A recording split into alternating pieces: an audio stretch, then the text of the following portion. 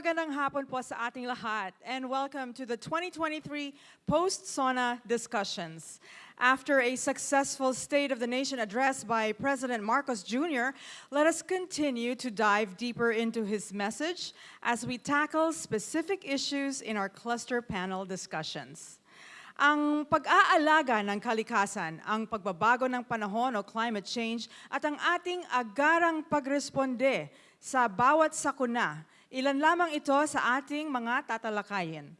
And joining us this afternoon are our cabinet secretaries and agency heads for the Environmental Protection and Disaster Management Cluster, while some will be joining us via Zoom as they are attending the ongoing NDRRMC meeting on Typhoon Egay. We have Secretary Maria Antonia Yulo Loizaga, Department of Environment and Natural Resources. Secretary Renato U. Solidum Jr., Department of Science and Technology. Secretary Gilberto Teodoro Jr., Department of National Defense. Assistant Secretary Mylene Capongcol, Department of Energy. Undersecretary Marlo Iringan, Department of Interior and Local Government. Secretary Roberto Borge, Climate Change Commission. Secretary Rex Gatchalian, Department of Social Welfare and Development. Okay, so speaking of emergencies and disasters, the Philippines is highly exposed to natural hazards, such as typhoons, earthquakes, and volcanic activities. Since climate change exacerbates the impact of natural disasters, what are the efforts undertaken by the DOST to strengthen the country's disaster preparedness and resiliency, such as improving early warning or strengthening the capabilities of the Pag-asa and PhilVox? Thank you, Daphne. To explain the whole range of what the Department of Science and Technology is doing, which is focused on science for resilience, let me quote first a famous part of the book of The Art of War by Sun Tzu, because this would give us the context of why we are doing this. If you know the enemy and know yourself, you need not fear the result of 100 battles. If you know yourself but not the enemy, for every victory gained, you will also suffer a defeat. If you know neither the enemy nor yourself, you will succumb in every battle. So essentially what would this would mean is that we need to know the hazards that will be experienced in all places in the Philippines. When will this happen? And most importantly, how will this impact the people, the communities, the structures, the buildings, the businesses, the agriculture, the environment, and so on and so forth. And so one of the things that the Department of Science and Technology is doing is to conduct hazards and risk assessment by mapping the different hazards related to weather and climate and geological events like earthquakes, volcanoes, and tsunamis, together with the other hazards mapping organizations from the Department of Environment and Natural Resources, and put this in a platform where everyone can get the information at their fingertips. We have developed the GeoRisk Philippines Initiative, a multi-agency platform participated by many organizations, including PhilVox, Pag-asa, Mines and Geoscience Bureau, Office of Civil Defense, NAMRIA, and all the other agencies, where applications have been prepared so that you can get the information. For example, the Hazard Hunter PH will allow anyone that would use the application to know all the hazards that will visit a particular place in less than 30 seconds. If you are a planner, you can use the Geoanalytics PH, and it will provide you maps, charts, tables, and assessment for political units like barangay, town, city, or province. And if you want to have a nationally consistent database for exposure, things that will be affected by the disaster, we have the GeoMapper. So all of these are now available for use because the GeoRisk Philippines Initiative is the government's platform for sharing hazards and risk information for better, more accurate, and updated hazards and risk assessment. That's knowing your enemy. The second is, when will the enemy strike? Hence, we need to establish monitoring systems for weather and climate, for earthquake, volcanoes, and tsunami, and landslides. So Pag-asa has been developing their Doppler radar systems. Last year and this year, under the President's term, we have inaugurated the most modern solid-state Doppler radar. And so we now have around 19 Doppler radars, and this is actually more than enough because some are for redundancy. We have more flood forecasting and warning centers and synoptic stations. For FIVOX, we have at least 120 seismic stations and many tsunami alerting stations. And on volcanoes, we can actually monitor the activities of the volcanoes anywhere we are, from our homes, from our offices, even if we're traveling. So science has improved the detection of what can happen. But how do we relate what we do in this weather and climate systems that are happening now versus climate change? We have to understand that at the Department of Science and Technology, our framing for present and near future hazards and global warming should be in a form where whatever we do now will impact how we prepare for the long-term global warming. There is one continuum process. Climate change is not separated from what we do.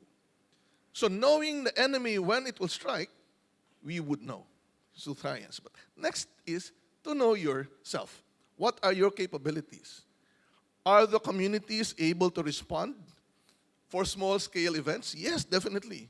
But what our problems are the large-scale extreme events, like super typhoons, or the so-called big ones. So we have been developing scenarios so that our communities, our government, can be prepared for extreme disasters that can really impact not only a city, town, province, or even the whole country. So how do we actually help other organizations prepare? We have developed, out of the Juris Philippines platform, the first ever automated planning for recovery. The Plan Smart Ready to Rebuild, together with the Office of Civil Defense and the World Bank, where we developed an app where you just type the name of a city or town. It will prepare the socio-economic physical profile, the hazard maps, the exposure, the possible impacts. And what you do is to look at intervention options appropriate to the impact that has happened, and just using downdraft menu options, you select the intervention and push a button, the app will prepare a recovery plan for you. This will revolutionize the planning for recovery, which would usually take months because a local government would need to find an expert, hazards assessment expert, a geographic information specialist expert, and a person who can write good English. But the app can do it all for you. And so this would now make things easier for all the rest, because the key to disaster resilience is planning, and the key to planning would be information and data shared across agencies. Now, we need to communicate the risk after we understand. So to prepare ourselves, people have to be informed by sharing an online platform called Project Maganda.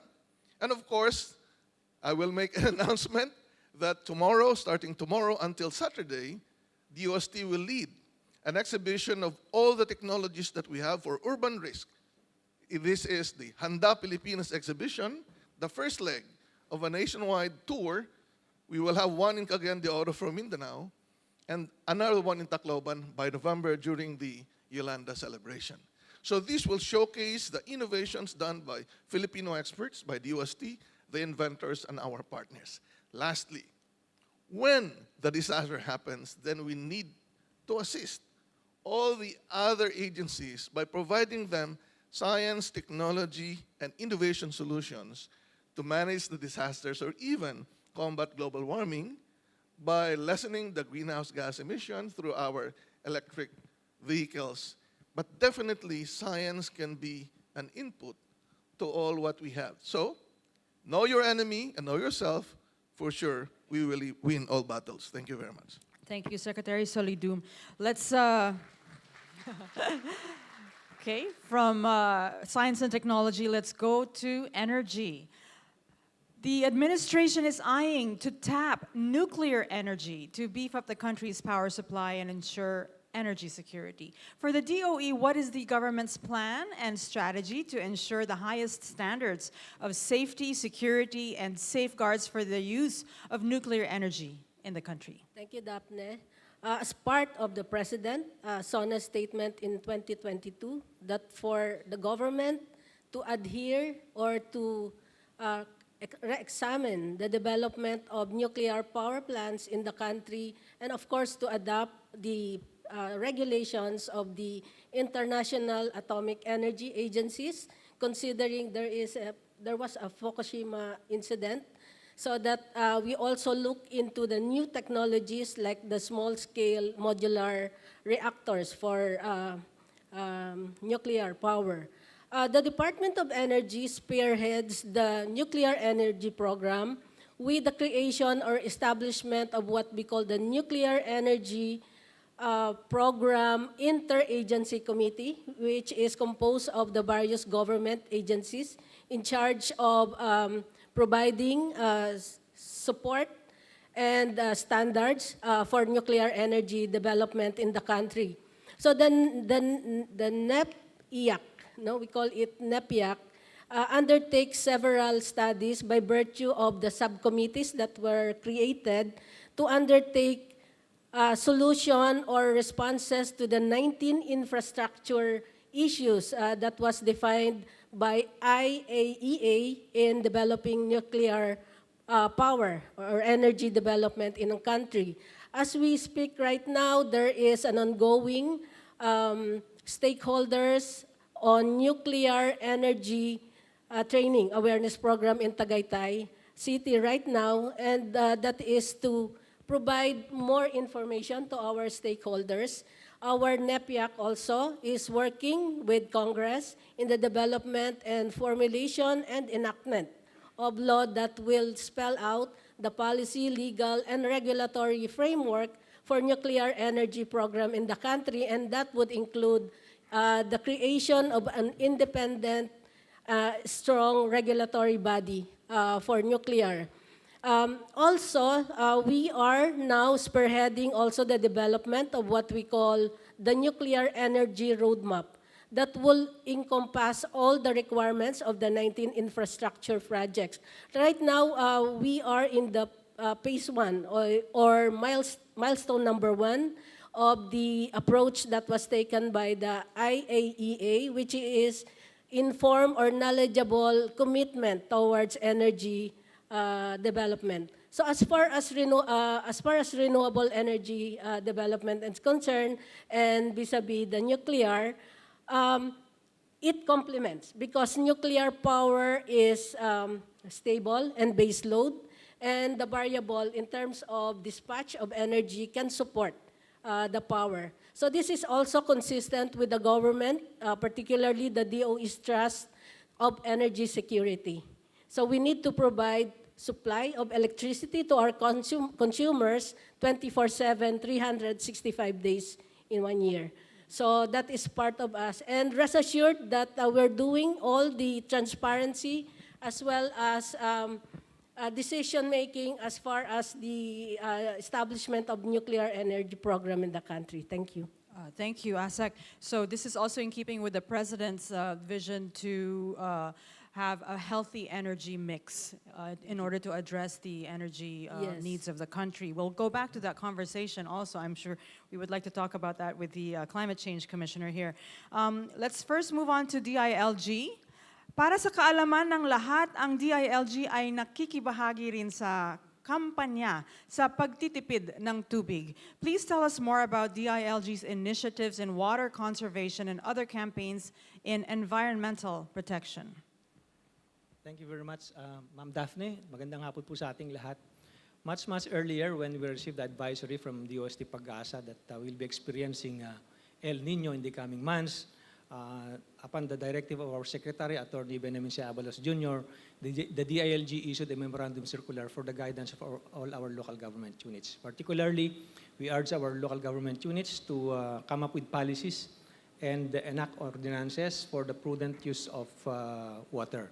Because we believe that, we know, of course, that with El Nino, the result will be less rainfall, which would further result to less stream flows and groundwater, and it will practically affect our supply of water.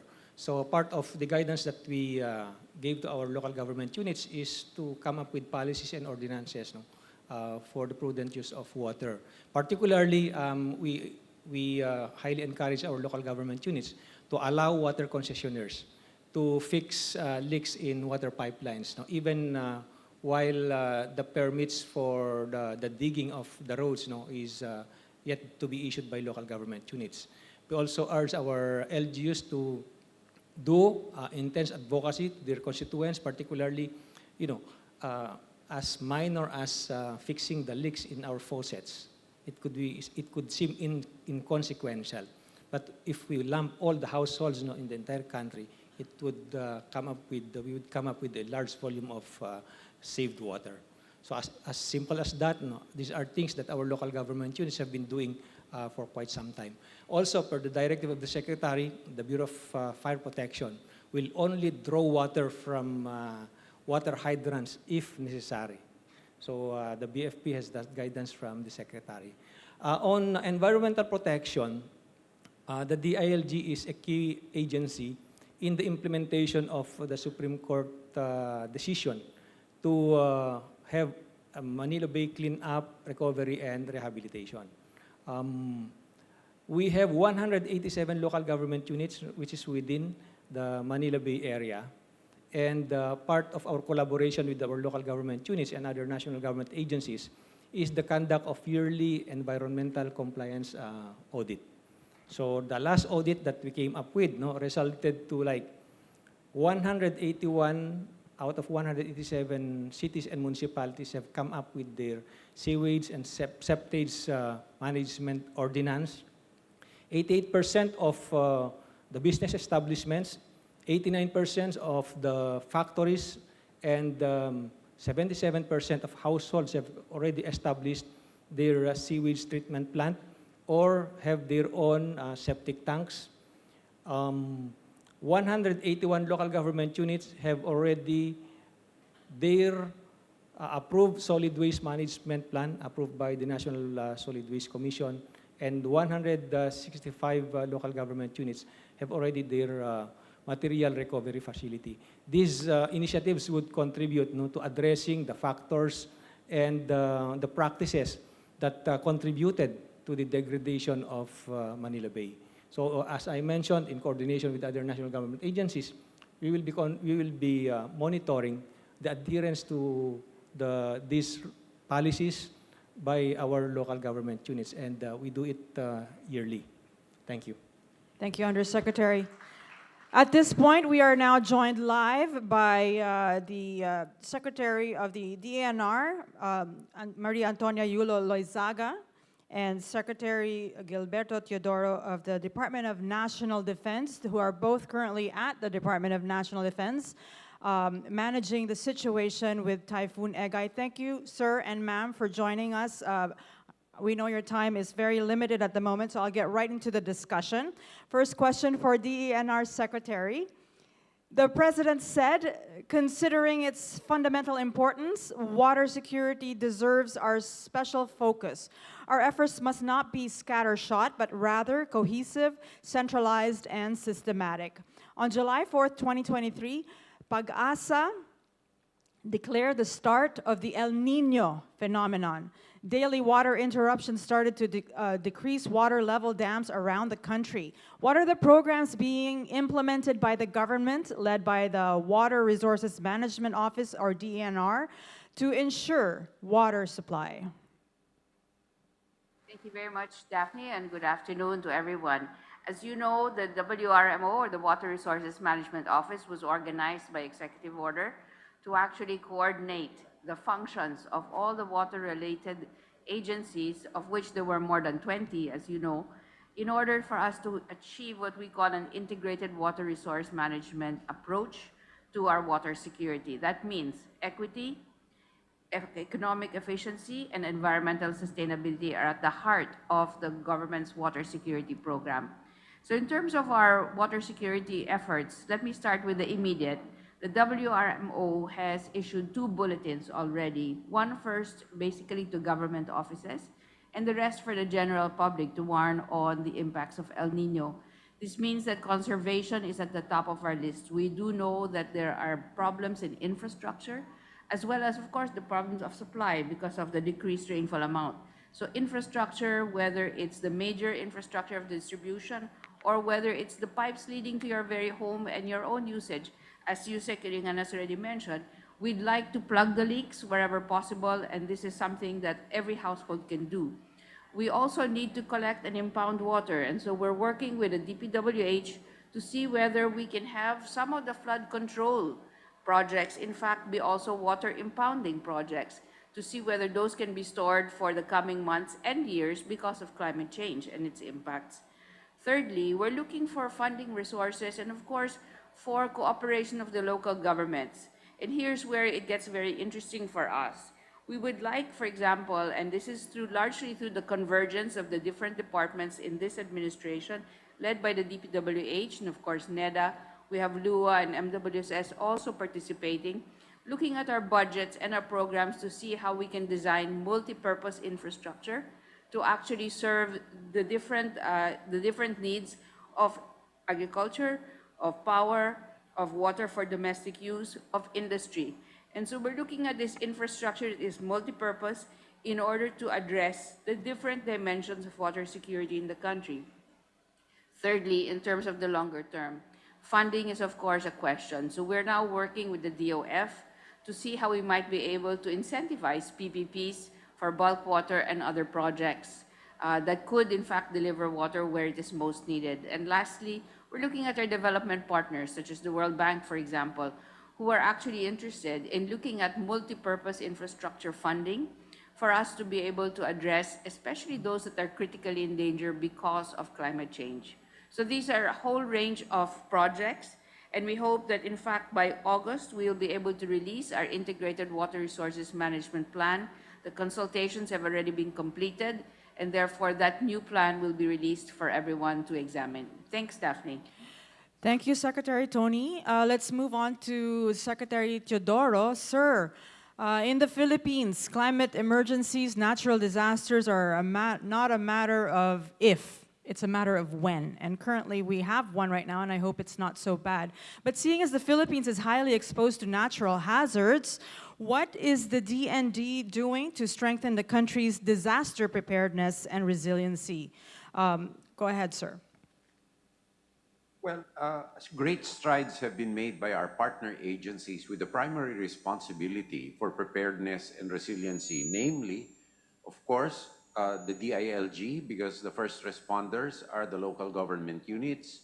In case of predictive capabilities for natural calamities, a lot has been done by the DOST through FIVOX and PAGASA, and the DPWH in terms of mitigating and resiliency too, and the DNR. Now, on our part, what we want to be is the bridge between concerted national government assistance and efforts in all these aspects and the local government units. That is what the Office of Civil Defense is all about. So it's a matter of marshalling and coordinating all efforts. And I forgot to mention our very energetic DSWD partner, Secretary Rex Gatchalian, who also has a great deal to do on preparedness and response and rehabilitation too. So what the OCD is doing is to increase its coordinative functions to get us reliable and timely information and analyze this in as much a real-time situation or scenario as possible for concerted efforts of the national government in case a local government unit cannot cope with a natural or a man-made disaster. That being the case too, we continue also to partner with international humanitarian agencies and response agencies to advocate with the rest of the national government in best practices in disaster risk reduction. That being said, in the DND proper, the Armed Forces of the Philippines too does big share of helping our people in times of crisis and in terms of delivering basic goods and services when communities are isolated, as we see now. We also want to report that last Sunday, under EO 24, the National Task Force on Crisis Management for Response was convened by the Executive Secretary, and we held our first joint NDRRMC and task force meeting today to study the effects and to coordinate the efforts on Typhoon Egay and the southwest monsoon that it brings, and another tropical disturbance which is forming in the area of southeastern Philippines. Thank you, Daphne. Thank you, Secretary Teodoro. Right now, let's move to DSWD. Okay, the President said we have learned many painful lessons from past disasters. We continue to be alert and prepared in our disaster response. It has, in fact, been commented that sometimes we are over-prepared for such natural disasters. To continue that, we are reorganizing our response teams to make them more adaptable, agile, and effective in times of calamities and crises. With a clear unity of command. What are the efforts undertaken by your agency to ensure immediate and faster delivery of relief assistance and services to the affected communities, DSWD? And feel free to come in again, Secretary Teodoro or DILG as well. Well, Daphne, you'll hear this word over and over again in our programs, handa, prepared. In the department, in DSWD, we encapsulated our program in a program called Buong Bansa Handa. We believe that disaster preparedness and response is not just the government's responsibility, but it's every single Filipino's responsibility. Now, for the department, at least we are in charge of the response, making sure that the immediate needs or the immediate relief will be there, the humanitarian side of it. And DSWD has formulated a plan based on the President's instruction to come up with fail-safe mechanisms for our supply chain.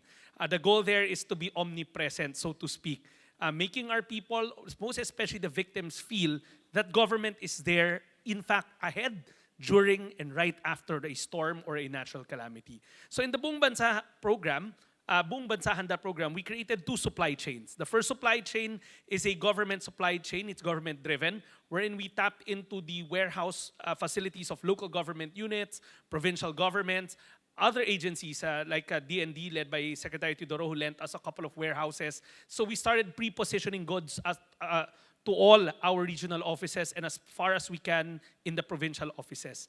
As we speak right now, for instance, we have around 1.3 million family food packs spread across the entire country, ready on the ground, so that when typhoons like Egay hit, it's not like we're marshaling things always out of Metro Manila or the urban centers, but the goods are already there. That's part of being omnipresent. But we also know that if we just use government resources, it won't be enough. That's why in Buong Bansa Handa, we procured the services through framework agreements or supply agreements of the private sector. People or companies who are in the food distribution business, grocers. We know that their expertise or their infrastructure is more superior. We plotted out their presence nationwide and they can fill in the gaps where we don't have government facilities or warehouses. So we're in the process of procuring that and it should come to a fore very shortly. That will complement the government-driven supply chain line that we created and thereby now creating 2 supply chain lines. One, government-driven, the other private sector-driven. We'll lean on these 2 supply chain lines to make sure that government relief efforts or government relief packs are spread across the entire country as widespread as we can, because that's about being prepared, getting the private sector involved as well as making sure that government is omnipresent in the farthest areas of the country where a disaster can strike anytime.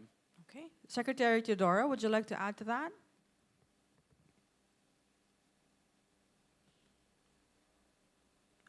Add that the coordination between the Department of Social Welfare and Development, of course, anchored on the much improved predictive capabilities of Pag-asa and PhilVox, has allowed us to adequately plan beforehand and marshal our resources more efficiently in order to serve our people in a faster manner. And it is a testament to the close coordination between cabinet members that we are able to function this efficiently.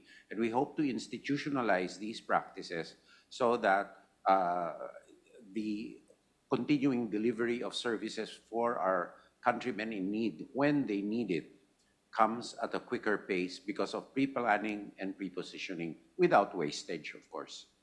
Okay, thank you, sir. Now let's move on to the Climate Change Commission. Of course, all of this whole of nation approach is needed to fully respond to the impact of climate change. For the CCC, what are the country's policies on addressing climate change, such as the National Climate Change Action Plan? What is the status of the local action plans of the LGUs? And despite being one of the lowest contributors to carbon emissions, the Philippines remains committed to the 2015 Paris Agreement. For the CCC, what are the policy measures to accelerate decarbonization efforts, and any updates on the country's implementation of the nationally determined contribution? Thank you.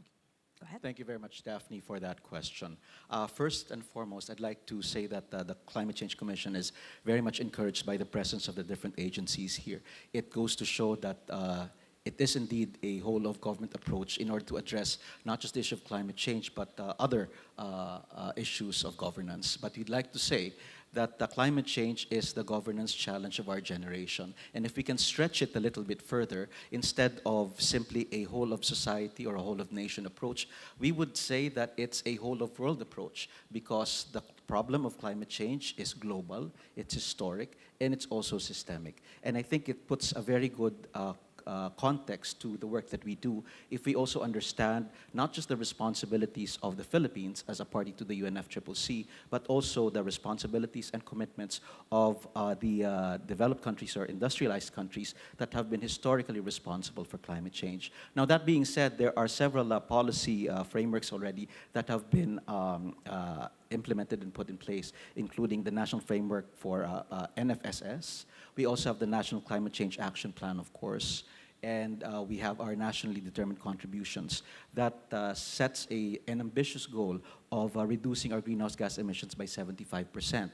But again, we have to understand that the 75% reduction is dependent on more than 72% is dependent on the assistance being given by our partner countries in order to reduce our greenhouse gas emissions. With that being said, it's also important that we understand that we have our nationally NDC implementation plan that's currently undertaken by the CCC. And it's important to note that what we have under President Marcos is truly a whole of government, whole society approach that is based on nature-based solutions. And with guidance from SENR, we're able to work right now also on the National Adaptation Plan, which its main objective is to make sure that we have a framework and a plan for the country, for our LGUs and our agencies to truly help where it matters. It's important to note also that under this administration, we have been making good headways in our greenhouse gas inventory. And we're working on completing we've already done the 2010, but right now we're completing 2015 and 2020. Why is this important? It's important because the different sectors in the Philippines need to understand the trajectory of our industries, and we need to accordingly plan for that. And I think it's going to be a major accomplishment of the Marcos administration once we get up to date on our 2015 and 2020 greenhouse gas inventory. But that said, there are a couple of questions there. We'd like to focus on the communities and LGUs, and we've been working very closely with the Department of Interior and Local Government on the Local Climate Change Action Plan. Right now, what we have is 85% compliance with the LC cap. But is that enough? No. What we want is 100% compliance with the Local Climate Change Action Plan. And when we speak about this, it was explicitly said by Secretary Yulo Luizaga that it's important, as she is the representative of the President to the Climate Change Commission, it's important to study not only the quantity, but also the quality of the local climate change action plans. Why? Because it's in the grassroots that climate change is truly felt. And what we're doing right now, together with the DILG, is to make sure that the submissions are both qualitatively and quantitatively good. So these are some of the measures that we have under President Marcos that we're working on in terms of strengthening the actions for climate change. And might we say again, that it's important for us to really understand that when we talk about climate change, it's the lives and the livelihood and the future of our country. And President Marcos has been very clear on his vision and marching orders for this. Thank you, Commissioner Borge. You mentioned the National Adaptation Plan and its the importance of the LGUs, and of course, this is all anchored with the DENRs. So let's go back to Secretary Loizaga. What are the DENR's efforts to promote collaboration among the national and local government, private sector, and public to strengthen solid waste management and address plastic pollution, and I suppose as well climate resiliency? Any focus on mitigation and adaptation measures? Let me start with the solid waste question. As you know, we do have a national solid waste management law, and all the LGUs are mandated to submit their plans to the council, which is the National Solid Waste Management Council.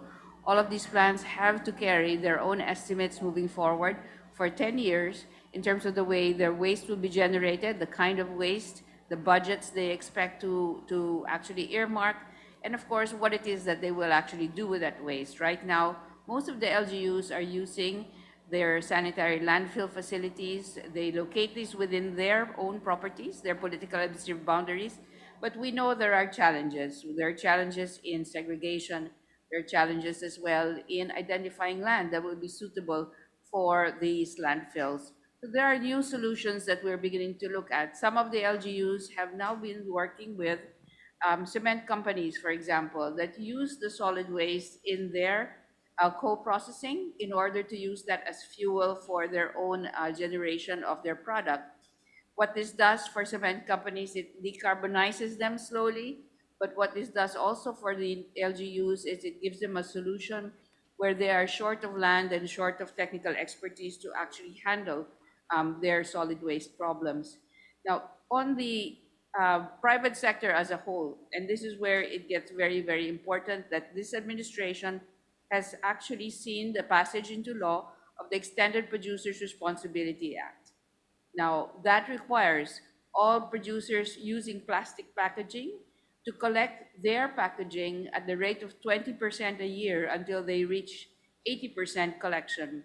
The accountability and the responsibility for the recycling, and the reduction of their plastic packaging now is in the hands of those that are actually producing and using the plastic packaging. This is very important because at the end of the day, we know that we cannot collect all of this plastic packaging and, of course, dispose of them adequately because plastic doesn't degrade. Depending on the type of plastic packaging that you use, it will take hundreds of years before you can actually be rid of it. So the private sector's responsibility is very, very important in this whole effort, but we need to work with local governments as well. It is very much a multi-stakeholder, whole of government, whole of society effort in order to address plastic waste. And here's where we need to also, at this point, begin to think of who are involved in the solid waste management sector and make that an industry in itself. Why that's important is this. There is a whole group of informal sector participants in the solid waste management activities of our country. These individuals, these families, many of them lived for generations beside the large landfills that we know.